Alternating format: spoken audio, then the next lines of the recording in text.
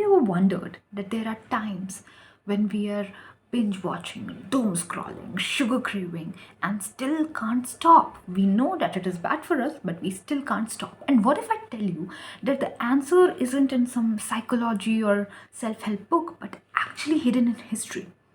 So it is all about historical timelines, which is deciding these addictions in us.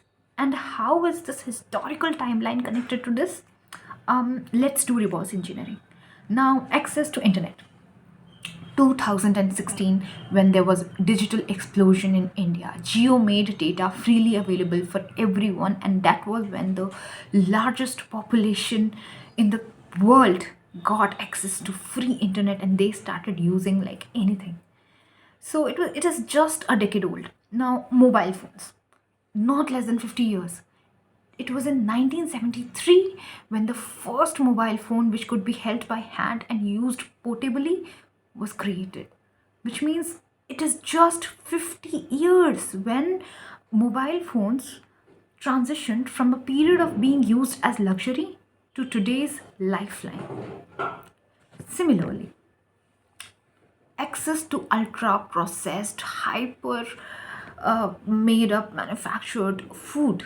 I mean, we had to make lots of effort to get food. And today we get ultra processed food in just one swipe. It took more than 100 years for us to transition to that. And now there's one thing which will blow your mind. Because everything I said had a lifespan of 100 years, which means 10 years for the internet, 50 years for the mobile, 100 years for the kind of food we are eating and getting addicted to. But when we were hunters and gatherers, it took 3.5 million years.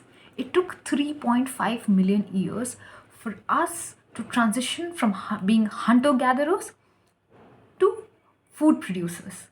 Okay, so the timeline has been screwed. We are witnessing humongous changes we have never seen in the centuries, in thousands of centuries.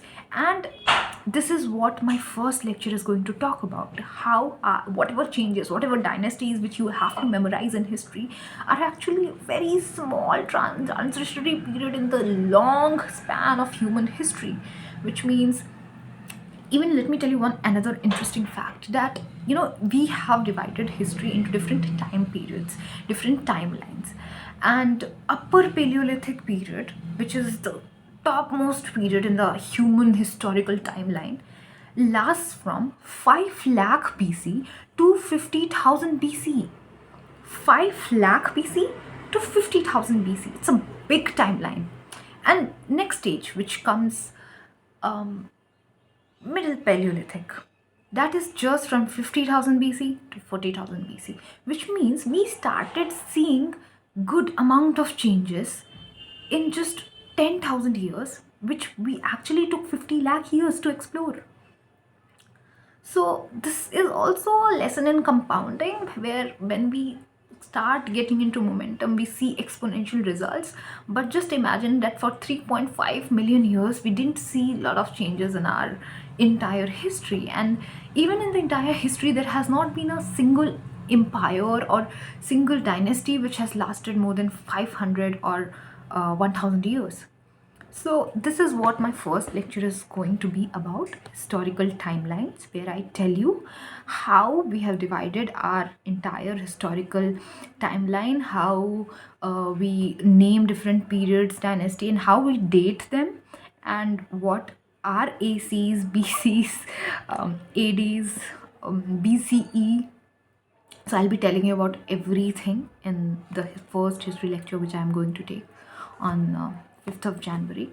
And stay tuned for the lecture, and there are lots of interesting things which are going to be covered in that particular lecture, along with PYQs of UPSC or all the government exams, or even NET, UGC NET, which you can use or leverage for getting into assistant professor exam or JRF or for your PhD. Thank you.